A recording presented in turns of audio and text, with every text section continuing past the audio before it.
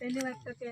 આ એરિયા વિસ્તાર આદિવાસીનો છે 4/29 ખાલસાધાર આદેશની અંદર થઈ જ ગયેલો તે પછી બી વિમલ પાછળ પોતાની મનમાની કરીને આ ઘૂસણખોરી કરીને આ જમીન જો આ ખોદાણ કામ કરીને બહાર મંટોડી લઈ જતો હોય તો પછી આ ગામના લોકોનો વિરોધ છે તો સમાજ તરીકે અમને બોલાવવામાં આવ્યા અને અમે 2 શબ્દ એને કીધા કે ભાઈ તું સમજી જાય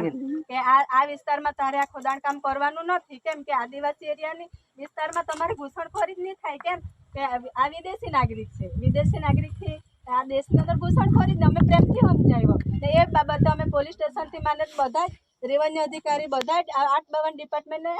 અરજી આપેલી જ છે એમ ને બધું અમે લીગલી કરેલું જ છે ને એ લોકોને સમજાવ્યા છે પણ કોઈ સમજવા જ નહીં માંગે તે છતાં ત્યારે બી આ સાહેબ લોકો બધા જ આવેલા ત્યારે રવિન્દ્ર દાદા બી આવેલા વચ્ચે 100 નંબર પર ફોન કરેલો ત્યારે બી આવેલા બધાને જ સમજાવ્યા પણ એ લોકો એવું કહેવા માંગે કે અમે પોતે સરકાર છે ને અમારી જ આ બધી જમીન છે એવું કહેવા માંગે અમારે એ પ્રશ્ન છે કે તમારી જમીન હોય ને એ પંચાયતની માલિકીની જમીન હોય તો ઓનરેબલ કોર્ટમાં રજૂ કરે ને એ પોતે ખુલાસા કરે કે અમારી માલિકીની જમીન છે અમારે કોઈ વાંધો નહીં મળે એમ પણ એ પુરવાર થવું જોઈએ તો એને અમે કહેતા છે કે તું કોર્ટમાં ચાલ ને આ પુરવાર કરતે આવતો નથી ને એ પોતાની જાતે જ બધા વાહનો લઈને આ બધું કરી રહેલો છે અમારી કાં ના છે જો અમારી કોઈ અટકાયત નહીં મળે પણ અટકાયત એટલી છે કે આ પ્રકૃતિને નુકસાન કરે એને અમે નુકસાન કરવા દેવાના નથી ને બીજી વસ્તુ કે એ કોર્ટમાં પુરવાર થાય કે હું દેશનો માલિક છું ને આ જમીન મારી છે એવું જો પુરવાર કરી આપે તો અમે અહીંયા કોઈ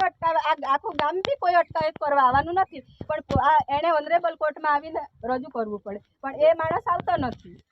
ને એને એવું કહેતા છે કે કલેક્ટરથી માંડીને પોલીસવાળાથી માંડીને અમે આખું તંત્ર ખરીદી લીધેલું છે તમે તો કોઈ કામ એમ કે અમારે આગળ કોઈ કામ નહીં આવે એવું બોલે તમારે આવું જોઈએ ને પોલીસ સ્ટેશન એને મારે શું કામ દાદા અમારે જો મારવાનો અમારે કોઈ જરૂર નથી કોણે મારે માર્યો કોઈ જ નથી કોઈ માર્યો નથી એની ગાડી તોડી કોણે આ ગાડી કોણે તોડી તમારામાંથી તોડી કોણે એમ કહો ચલો તમારી રજૂઆત છે કોર્ટમાં પ્રૂફ થાય પછી એ માલિક થાય જે હોય બધું એ બધું થશે પણ આ ગાડી તોડી કોણે આ ધરતીને તોડવા માટે કોણે આને આપ્યું આ ગાડી કોણે તોડી પહેલી શરૂઆત કોણે તોડવા દીધી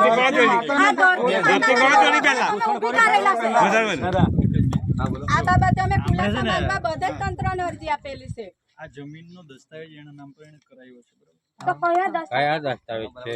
દસ્તાવેજ કરાવ્યો એને આ જમીન મારી માલિકીની છે એવું એને બતાવ્યું છે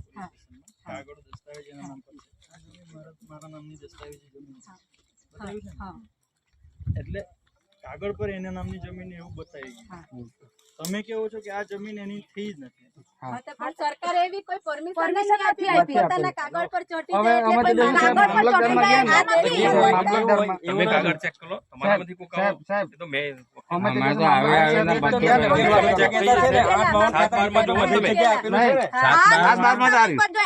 એના નામે જો કરેલું હોય ને તો ખરો એ માલિક ગણાય તો બ્લેન્ક છે આમાં છે કે હું બ્લેન્ક ઓરિજિનલ છે અરે બેન વાત સાચી ઓરિજિનલ છે પણ આમાં કઈ લખાણ છે એમ લખાણ નથી આ અમે લખાણ કરી માંગીએ આવેલા કઈ કે તારી જોઈ તો એ લખી આપે એમ સાંભળો ને સાહેબ અમે સન્માનમાં કોઈ બી નહીં મળેલ સાહેબ બી નહીં મળેલા તમે બી નહીં મળેલા અમે 4 વાગ્યા સુધી રેલા બધા 25-30 માણસ હતા તમે નીકળી ગયા ધોળકા છે એમ કરીને બીજી વસ્તુ સાહેબ અમે તો ચાર નથી મિનિટ આપો અમે કહેતા છે કે અમે તમે કોઈ ઉભા નહીં લાયા અમે નથી સાહેબ જો અમે સાહેબ એક જ વસ્તુ કહેતા છે ના કરો કે અમે કોઈ અમને કોઈ પરમિશન આપી જ નથી મામલતદાર સાહેબ નું એવું કેવું છે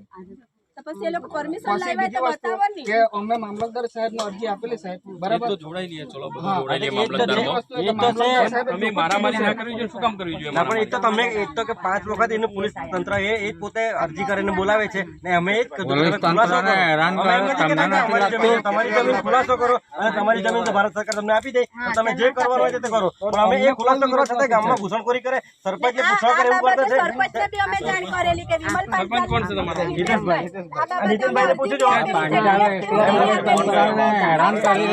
ગામના લોકોને આદિવાસી વિસ્તારમાં ડોલરનામાની જગ્યા એની વિસ્તારમાં કેવી રીતે થઈ શકે તમે બતાવો શું કરો આ લોકો ડોલાનું કરે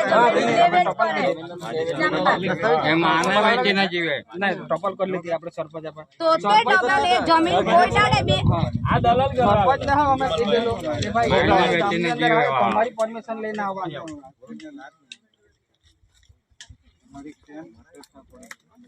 ગામનો વિરોધ તમારો 100 નંબર ફોન કરો તો પોલીસ આ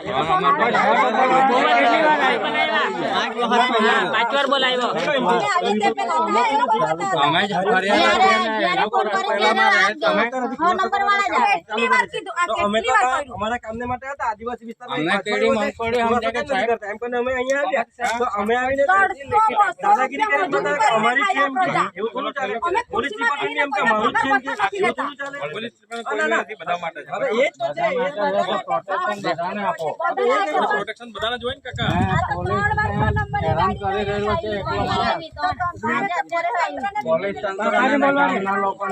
લીગલી થશે બેન, જે હશે એ કાયદેસર કાર્યવાહી થશે.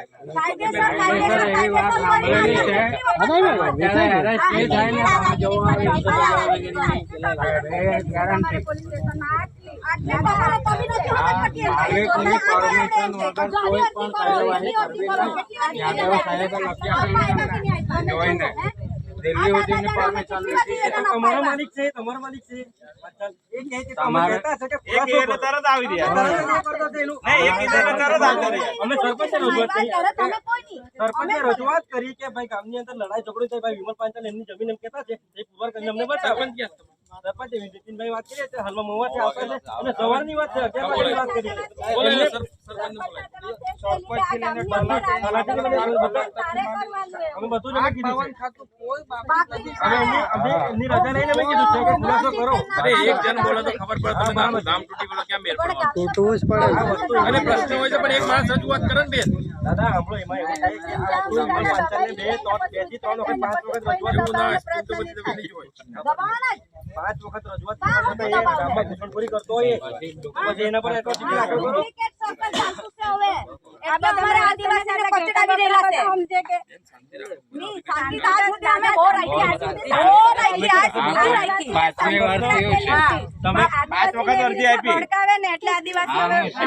બાકી આજ સુધી અમે શાંતિથી જીવતા હતા.